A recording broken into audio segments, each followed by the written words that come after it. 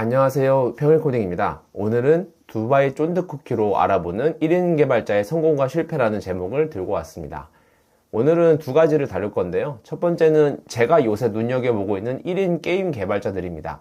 저는 요새 이제 1인 개발자 사업을 많이 살펴보면서 가장 좋은 마케팅 방법이 무엇인가 고민하게 되는데요. 역시나 빌딩 인 퍼블릭이라고 해서 공개적으로 제품을 개발하시는 분들입니다. 그런 분들이 마케팅적으로도 효과적이고 다른 사람들로 하여금 동기부여를 해주는 것도 있고요. 본인의 수익에도 큰 도움이 되기 때문에 그렇게 하고 있는 건데요. 해외 개발자들 중에서는 AI가 폭발적으로 성장함에 따라서 엄청나게 많은 소프트웨어를 개발하시는 분들이 있는데요. 특히 게임 쪽에서 수익화를 노리시는 분들이 꽤 있습니다. 그분들 중에서는 유튜브 채널을 만들어서 아니면 혹은 자그마한 게임을 스팀에다가 런칭한 후에 역으로 그런 유튜브를 개설하는 경우가 많이 있는데요. 그런 분들을 보면서 어쩌면 나중에 메가히트 하는 그런 게임의 개발자들이 있지 않을까라는 생각이 들고요. 그 중에 하나는 심지어 이미 성공했습니다. 메가봉크라는 게임을 만드신 분인데 유튜브 채널에 별도로 있더라고요. 그런 분들, 제가 요새 눈여겨보고 있는 분들 소개해 드릴 거고요. 두 번째는 1인 개발자로서 성공하려면 게임 개발만 있는 거 아니잖아요. 불편함을 해결하고 있는 요새 유틸리티 관련 개발자분들도 제가 팔로우하는 분 한 분 소개시켜 드리려고 합니다. 그 전에 이제 두점쿠라는 어떤 어그로성 주제를 가져왔으니까 제가 이야기를 안 할 수는 없을 것 같아요. 비즈니스 모델의 극명한 차이라고 가져왔는데 여러분들이 사업을 하다 보면은 어떻게 시장을 공략해야 될지 전략을 수립해야 될 때가 있습니다. 제가 요새 많이 느끼는 것 중에 하나가 같은 사람이라도 어떤 사람은 성공하고 어떤 사람은 실패한다는 건데요. 성공한 사람들은 어떻게 성공했는지 한번 살펴보도록 하겠습니다. 제가 최근에 살펴본 유명한 글 중에 하나가요. 두쫑쿠를 비싸게 판다 이런 것도 있었는데 한 개만 파시는 분, 예를 들어서 한 카페에 들어와서 이거 두쫑쿠 하나 사려면 아메리카노 시켜야 돼요. 이런 식으로 이제 배달의 민족에도 마찬가지죠. 내가 이 두쫑쿠 하나 시키려면 최소 주문 금액 10,000원은 넘어야 됩니다. 이런 식으로 약간 사은품으로 마케팅성으로 껴서 파시는 분들 많이 봤고요. 두 번째는 아니야, 사람들이 원하는 거는 나의 커피가 아니지, 두쫑쿠 자체를 원하는 거잖아, 그냥 미친듯이 찍어내자 라고 해서 하루에 1000개씩 만드시는 분이 있었습니다. 이거는 둘 중에는 당연히 후자라고 생각을 하는데 사람들은 생각보다 전자를 더 많이 합니다. 근데 이러면 문제가 뭐냐면 경쟁도 심각해지고요. 자기 자신에 대한 평판도 잃어버릴 수 있습니다. 그래서 오늘은 B 사장님이죠. 바로 공장 시스템을 구축해서 1000개씩 만들어내는 형태로 우리도 가야 되지 않나 라는 생각을 해서 한번 가져와 봤습니다. 어떤 사람은 성공에 분명히 베팅한다라는 건데요. 분명히 유형이라는 건 우리가 다 알고 있습니다. 두바이 쫀득쿠키 누구나 먹고 싶어 합니다. 그런데 이게 허니버터칩이나 예전에 그런 잠깐의 유행일 것 같다라는 생각으로 가지고 내가 이거 지금 베팅했을 때는 이 고정비를 감당하지 못해 라고 생각해서 안 하시는 분도 있죠. 반대로 아니야, 이건 유행이 최소 6개월짜리야, 최소 1년짜리야, 먹어보니까 이거는 앞으로도 수요가 있겠는데? 라고 생각하시는 분들도 있을 겁니다. 그래서 후자는 엄청난 공급에 베팅하는 사람은 굉장히 소수라는 거예요. 그런데 이런 분도 있었습니다. 최근에 보면은 어떤 한 카페인데요, 두바이 쫀득쿠키 수량을 거의 하루에 1,500개 이상을 생산을 목표로 잡고 있는 회사가 있습니다. 여기도 제가 보니까 그렇게 엄청 큰 카페는 아니었던 것 같아요. 물론 제빵실이 있다는 것 자체가 작은 규모는 아니겠지만 우리가 흔히 말하는 대기업 시스템 정도는 아니었던 걸로 봤는데, 여기 오른쪽에 사진 보면은 이런 식으로 하루에 1000개 이상 찍어낸다고 하는 거예요. 엄청나게 많은 양이기도 하는데 이렇게까지 베팅할 필요가 있나라는 생각도 들었습니다. 근데 이게 바이럴이 돼서 주변에 있는 사람들이 저 카페를 알게 되고 엄청난 마케팅 효과가 있어서 저조차도 두바이 쫀득쿠키를 크게 관심이 없는 사람도 저 카페를 어쨌든 비즈니스적으로 수요를 확인하면 굉장히 빠르게 움직이는 곳이구나 라는 거를 알게 된 거죠. 그래서 저는 저런 거를 항상 모범 답안이라고 해야 될까요? 제가 비즈니스를 하면서 저런 식으로 빨리 움직여야겠다라는 어떤 교훈으로 삼곤 합니다. 기회가 왔을 때 속도가 결국은 성공을 좌우한다는 생각이 들어요. 제가 이전에 인터뷰에서 올렸던 이슈용 개발자님 같은 경우에도 MBTI라는 산업이 뜨고 있다는 것을 보고 자기가 소프트웨어를 독학해서 심지어 HTML밖에 몰랐던 분이 웹개발을 해가지고 뚝딱 시장에 던졌더니 초대박이 난 케이스였죠. 그분이 기술적으로 훌륭했나요? 그렇지 않았어요. 그분의 파이썬 제가 가르쳐 드렸던 분이에요. 아예 비전공자였고 무역학과에 경영 공부하셨던 분이고 컴퓨터 코딩을 아예 몰랐습니다. 하지만 시장에서 기회가 왔을 때 이렇게 개발을 하면은 성공하겠구나라는 걸 캐치한 거죠. 그럼 내가 이걸 만들려면 어떻게 해야 되지? 아, 웹 개발을 공부해야겠구나. 이런 식으로 목표를 먼저 설정을 하고 그 다음에 도구를 찾은 케이스죠. 그렇게 해야지 성공한다는 것을 저는 머릿속으로는 알고 있었는데 실제로 그렇게 성공하시는 분들을 보고 나서 요새는 조금 다르게 움직이려고 하고 있습니다. 타이밍이 전부다라는 단어를 제가 썼는데요. 시장에서 유행하는 것을 빠르게 공급하고 소비할 수 있는 사람이 시장을 선점한다는 거예요. 1인 개발자에게 가장 큰 무기는 뭘까요? 다른 대기업들, 다른 중소기업들 개발할 때는요. 팀 짜야 되죠. 목표 짜야 되죠. 기획해야 되죠. 디자인 받아야 되죠. 그걸 또 테스트해야 되죠. 올려야죠. 배포해야 되죠. 엄청나게 많이 시간이 걸립니다. 저도 예전에 제가 앱 개발을 할 때 꽤나 규모가 있는 회사를 다녔었어요. 우리나라에 상장한 회사 중에 한 군데를 다녔었는데요. 거기 보시면 아시겠지만 실제로 하나 앱을 빌드해서 올리기까지 경험해보신 분은 아시죠? 엄청난 많은 사이클이 필요합니다. 1인 개발자의 가장 큰 무기는 기민함이에요. 내가 A라는 기능이 어떤 필요하다라는 수요를 파악했다. 바로 다음 주에도 shipping할 수 있는 형태가 되어야 됩니다. 제품뿐만 아니죠. 여러분들이 사용하고 있는 라이브러리, 프레임워크, 마케팅 방법 모두가 다 마찬가지인 거죠. 저도 마찬가지로 지금 페이스북이나 링크드인이나 인스타그램이나 이렇게 하시는 분들 보면서 많이 배우는 게 마케팅이라는 것은 자기가 어떤 제품을 빌딩하기 위해서도 있겠지만 어떤 수요가 있는지 확인하기 위해서 내가 마케팅이 아니라 내가 수요를 확인하기 위해서 그런 제품의 어떤 특성들을 던져보는 형태도 충분히 가능하다는 것을 요새 많이 보고 있습니다. 그 어떤 기술 스택도 높은 비용과 느린 처리를 하지 못하도록 여러분이 막아야 되는 거예요. 내가 이제 어떤 간단한 개발을 하려고 하는데 자바 스프링을 선택해야겠다? 그러면 안 되죠. 왜 그런 높은 비용을 들여가지고 거대한 인프라 스트럭처를 여러분이 만들려고 하는 거죠? 그거 안 되는 거죠? 느린 처리하지 못하도록. 이 느린 처리는요, 여러분 최적화를 하라는 뜻이 아닙니다. 여기서 말씀드리는 느린 처리는 리퀘스트를 얼마나 빠르게 처리하는 웹 프레임워크를 해야 된다라는 게 아니라 여러분들이 빨리 기능을 개발을 해서 쇼핑할 수 있게끔 하는 그 모든 시간적 비용을 말을 하는 겁니다. 그 느린 처리는 여러분 그 자체도 느린 처리가 될 수 있다는 거예요. 하나 개발하기 위해서 클래스 4개, 5개를 구성해야 될 바에는 그냥 URL 하나 딱 넣고 모델하고 컨트롤러를 연결해서 그냥 빨리 shipping하는 거. 네, 그 정도는 당연히 여러분들 하실 수 있다, 한다는 거죠. 저도 그래서 계속 루비나 파이썬, 자바스크립트 기반의 웹 프레임워크를 배워야 된다. 저는 루비 온 레일즈를 하고 있는 사람이니까. 그런 이유가 여러분들이 익숙하지만서도 보안에 신경 쓰면서 플러스 빠르게 shipping할 수 있는 게 생각보다 몇 개 없습니다. 저는 파이썬은 거의 장고밖에 없다고 생각하는 사람이고요. 패스트 API도 디펜던시가 너무 많아요. 네, 그래서 어쨌든 또 지금 다른 이야기 하고 있으니까 그런 처리를 하지 못하도록 여러분들이 신경 써야 된다는 이야기입니다. 유리한 기술을 선택하고 동시에 마케팅하기. 이게 거의 요새 1인 개발자들, 인디해커의 거의 필템? 거의 이제 이 정도는 기본으로 해야지 내가 인디해커다라고 이야기를 할 수 있는 수준이 됐어요. 첫 번째, 나에게 가장 편한 도구. 피터 레벨스가 어떤 걸로 개발하고 있습니까? PHP와 jQuery예요. 그렇죠? 당연한 겁니다. 나에게 가장 편한 도구 플러스 빠르게 쇼핑할 수 있는 거. 학습 곡선을 줄여야 돼요. 내가 지금 풀스택 프레임워크 배울 건데 1년 걸린다, 2년 걸린다. 여러분 30대 후반에 시작하면 여러분 40의 제품 나옵니다. 그러면 안 되겠죠. 트렌디한 기술도 중요한데요. 내가 빠르게 결과물을 낼 수 있는 거를 배워야 됩니다. 그래서 여러분 신텍스가 중요한 거고 문법에서 어려운 복잡한 신텍스가 있는 거는 되도록이면 배우지 말자. 내가 취업할 거면 자바 배우는 게 맞는데 내가 취업할 거면 코틀린 배우는 게 맞는데 실제로 여러분들이 개발할 때는 그렇게 하면 안 된다는 겁니다. 생산성의 극대화. 이거 같은 이야기인데요. 이미 익숙한 라이브러리를 계속 쓰는 것을 저는 중요하게 생각합니다. 새로운 게 나왔대. 새로운 거 써보는 거 너무 중요해요. 당연하죠. 저도 그거를 권장하는데 지금 보세요. 오픈클럭 난리 났죠. 보안성 터지고 여러분들 트위터 스킬 썼다고 하면은 지금 여러분들 키나 이런 거 다 털렸다고 합니다. 그렇게 새로운 기술들은요. 보안적으로 취약할 수밖에 없어요. 왜냐? 아무도 그걸 검증하지 않았기 때문에. 여러분들이 그걸 취약점을 다 테스트할 수 있을 정도의 실력이 되나요? 실력이 되더라도 그거 하면 안 되죠. 왜냐? 시간이 아까우니까요. 내 실력을 조금 더 다른 형태로 발휘하고 있었어야 되는데 지금 오픈소스 뜯어보면서 그거를 연구할 필요가 없다는 거예요. 그래서 이미 익숙한 라이브러리와 프레임워크를 활용해서 개발 시간을 단축해야 된다라는 겁니다. 세 번째는 공개적으로 개발하기입니다. 빌딩 인 퍼블릭. 사람들에게 만드는 걸 보여주면서 팬층을 확보해야 됩니다. 제가 이 부분은 몇 명의 개발자들을 가져왔어요. 제가 직접 보여드릴게요. 마지막은 피드백 그리고 수익화입니다. 사람들은 뭘 필요로 할까요? 무엇을 재미있어 할까요? 저도 모르죠. 여러분도 모릅니다. 피드백 받는 걸 두려워하지 않아야 되기 때문에 계속 공개하면서 그 사람들의 수요와 그리고 기능에 대해서 계속 피드백을 받아야 됩니다. 첫 번째는 이겁니다. 저는 AI 시대의 기회는 게임 개발에 있다고 믿는 사람이에요. 게임 개발은 딱 두 가지 특징이 있어요. 첫 번째는 사람들이 구매하는 거를 별로 꺼리지 않습니다. 예를 들어서 이런 거요. 여러분들이 5,000원을 벌기 위해서 세 가지 방법이 있어요. 첫 번째는 아르바이트 하는 거죠. 내가 1시간 쓰면 1시간에 해당하는 돈을 받는 거. 그게 첫 번째입니다. 두 번째는 앱 개발이나 웹 개발이 있겠죠. 앱에서 5,000원을 벌려면 여러분 한 7,000원에서 8,000원짜리 유료 앱을 팔아야 될 거예요. 왜냐하면 30% 빼줘야 되니까. 근데 문제는 요즘 세상은요. 새로운 앱을 잘 안 받는다는 거예요. 유료 앱도 안 받고요. 앱의 안에 있는 그 유료 기능도 잘 결제 안 합니다.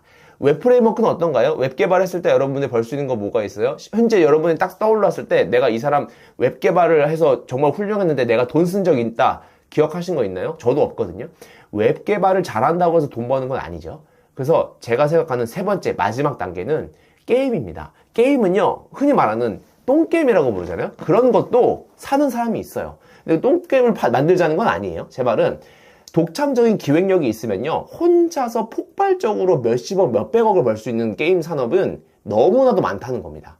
왜냐하면 여러분들은 지금 영어로 만들 거기 때문에 한글로 만드는 게 아니잖아요. 영어로 만들 거서 전 세계의 사용자들을 사로잡을 수 있는 그런 게임을 만들게 된다면 AI가 코드 알아서 짜주죠. 나머지 디자인이나 기획 같은 거는 이미 그거 자체가 엄청난 진입 장벽이 되는 거예요.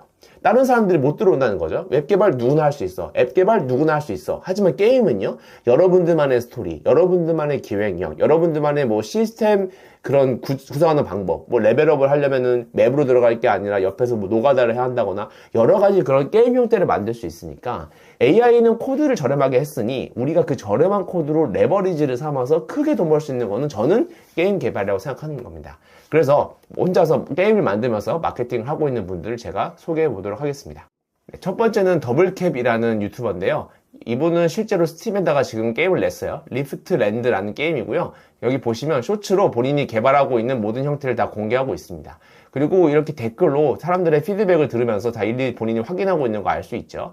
그리고 본인이 개발하면서 어떤 것이 힘들었는지를 막 썰로 풀어줍니다. 여기 보시면 진짜로 이거 자기가 뭐 했던 거, 하는 거에서 뭐 개발하기 정말 싫었던 거, 뭐 그리고 어떻게 뭐 재미가 없다, 뭐 이런 식으로 여러분들 이 제목을 보시면 아시겠지만 이거를 개발하면서 이 사람이 어떤 걸 느꼈는지 뭐 이런 거 있죠. I'm making a god game, 리프트 랜드 뭐 이런 식으로 자기가 만들고 있다는 걸 계속 어필하고 있습니다. 실제로 제가 스팀에서 가지고 온 건데요. 여기 보시면 이렇게 자기가 만들게 되어 있고 데모도 있습니다. 데모를 만드는 이유는 사람들에게 피드백을 받기 위해서이죠. 출시 예정에는 발표 예정인데 여기 안에 보시면 이제 여러 가지 지금 벌써 평가를 하고 있다는 것을 알 수 있습니다. 네, 그래서 여기 채널에 들어오셔서 리프트 랜드라는 이 게임이 어떻게 동작하고 있는지, 사람들은 어떻게 개발했는지 이렇게 한번 보시면 좋을 것 같고요. 네, 아기자기한 캐릭터가 있어서 저는 나중에 출시되면 한번 해보려고 합니다.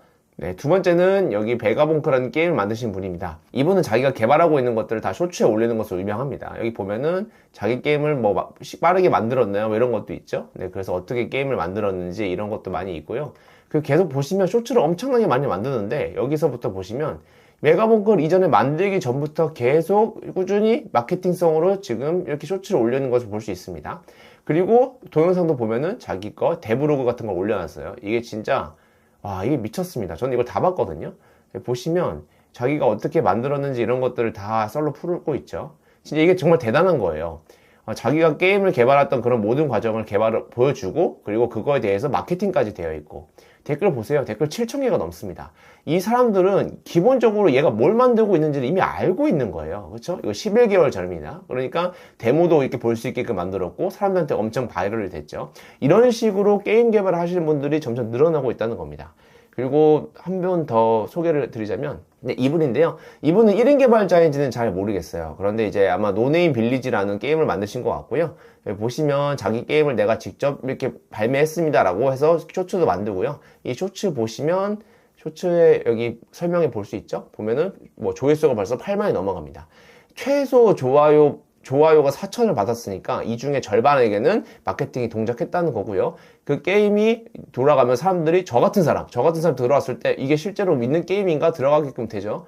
그래서 여기에서 이렇게 하나씩 보면서 이런 게임이 있었구나. 그리고 이렇게 한 번 더 보고 이런 것도 있네. 사람들이 되게 귀엽게 잘 만들었다. 라고 하고 이 게임을 살 수 있겠죠. 여기 보시면 실제로 스팀 들어가면은 스팀에 떠요.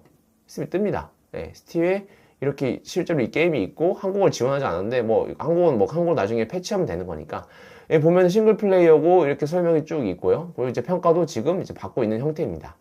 보시면 아시겠지만 어쨌든 이런 분들 다 빌딩인 퍼블릭 개발을 하고 있다는 거예요. 내가 개발하고 있는 것도 알리면서 플러스 그거에 대한 피드백도 받는 거죠. 그렇죠? 뭐 보스 AI라든지 이렇게 여러분들이 어떻게 개발하고 있는지 이런 걸 다 볼 수 있는 형태가 되어 있다고 합니다.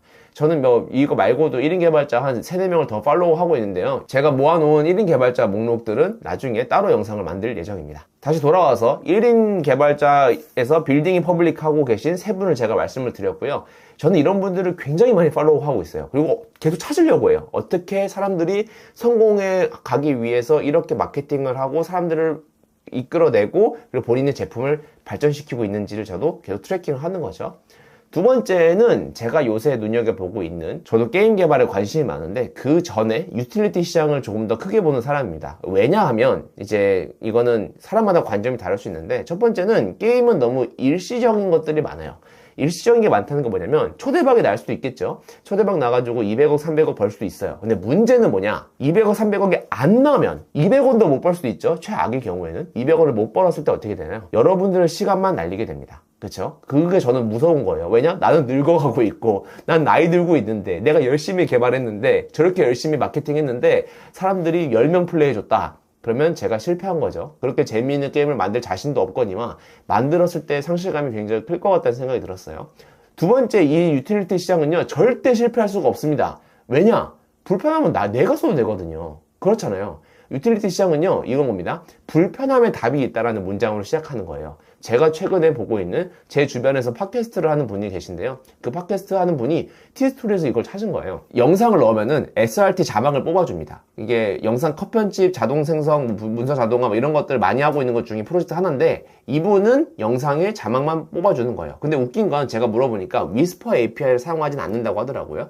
뭔가 이제 맥 안에서 이제 맥 안에 있는 로컬을 통해서 뭔가 만드시는 것 같은데, 들어가 보니까 로컬 모델을 뭔가 돌리는 것 같더라고요. 저도 자세히 그거에 대해서는 확인해 보지는 못했습니다만 이런 식으로 이제 불편함을 많이 해결하고 있는 분도 있었어요. 단순하지만 강력한 기능을 제공하는 유틸리티는 충성도 높은 사용자 시스템을 형성한다. 이건 당연한 거죠. 그 최근에 그 영상 만들고 있는 그런 것들 있잖아요. 브류라든지 릴리스 AI 같은 거 있잖아요. 그런 형태의 프로그램은 한 명은 무조건 쓴다는 거예요. 그 한 명은 누구죠? 나예요, 나. 내가 불편하다라고 생각하는 걸 만들었기 때문에 당연히 그거에 대한 수요층이 있고 100% 확신할 수 있습니다. 제가 불편하면 누군가도 똑같이 불편할 거라는 거예요. 그러면 그거에 대해서 돈을 지불할 거냐의 문제는 다음이고, 최소한의 수요층은 만들 수 있다는 거죠. 내가 확인할 수 있다는 거예요. 근데 제가 가장 최근에 본 건 이건데, 이거에 되게 제가 좋게 본 이유는 뭐냐면은, 제가 캡컷이라는 거, 요새 그 중국 회사에서 만든 거 있잖아요. 바이트댄스라고 틱톡 만든 회사에서 캡컷이라는 걸 요새 밀고 있거든요. 캡컷은 되게 짧은 것들을 많이 만들 수 있는 그런 형태인데, 이전에 그 파이널 컷 프로라든지 아니면은 프리미엄 프로 같은 게 AI로 뭔가 연결되어 있는 것이 많이 없습니다. 우리가 스케치라거나 그런 디자인하는 툴 같은 거 있잖아요. 그런 것들은 MCP가 굉장히 많은데 영상 편집만 해도 유난히 AI로 건들 수가 없는 것들이 많아요. 특히 컷 편집이라든지 음성을 조정한다거나 그런 것들이 있잖아요. 그래서 제가 생각했을 때 미래의 어떤 가장 큰 수요는 영상에 있지 않나라는 생각을 많이 했거든요. 그래서 영상 컷 편집이나 자동 자막 생성 이런 거를 진짜 기본적인 영상 편집 툴에다가 그거를 LLM으로 붙일 수 있다라고 하면은 굉장히 편할 것 같다라는 생각이 들었어요. 특히 컷 편집을 초벌로 해준다 그러면 엄청난 수요가 있을 거라고 생각합니다. 그래서 제가 최근에 본 것 중에 흥미로운 프로젝트는 이거였고요. 이분은 오픈소스는 아니에요. 근데 오픈소스는 고려한다고 하시더라고요. 그래서 요거 한번 검색해 보시면 이런 제품도 있다라는 거 한번 확인하실 수 있을 겁니다. 뭔가 이제 개발을 하려면은 그런 거죠. 비용 절감을 해야 되는 거 기본입니다. 제가 버셀하고 슈퍼베이스 안 쓰는 이유 항상 말씀드렸죠. 거의 100번은 말씀드린 것 같아요. 버셀은 너무 비싸요.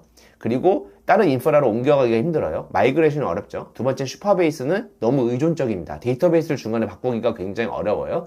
그리고 계속 다운되기도 하고 문제가 생기는 경우도 있고, 이전에 인터뷰했던 이시온 개발자분이 소개해 주셨던 이야기 중에 그게 있었어요. 레딧에서 실제로 슈퍼베이스를 작동하고 있었는데 운영 DB가 날아갔다. 그럴 수 있겠죠. 그래서 운영 리스크도 줄여야 돼요. 비용뿐만 아니라 리스크를 최소화시킬 수 있는 형태로 만들어야 된다. 두 번째는 빠른 배포. 내가 빨리빨리 만들어서 넣을 수 있어야 하는 거예요. 운영 배포. 그리고 세 번째는 반복 개선. 내가 사용자들의 데이터를 바탕으로 기능을 계속 바꿀 수 있는 형태로 해야 된다는 겁니다. 이 세 가지는요, 모든 소프트웨어 시장에서 다 적용되는 거라고 생각합니다. 게임뿐만 아니라 유틸리티뿐만 아니라 여러분들 작은 앱이라든지 스크립트 언어라든지 하다못해 여러분들이 동작시키는 오늘 스크립트 언어 한 줄 한 줄에도 충분히 이런 것들을 다 적용할 수 있다라고 생각을 합니다.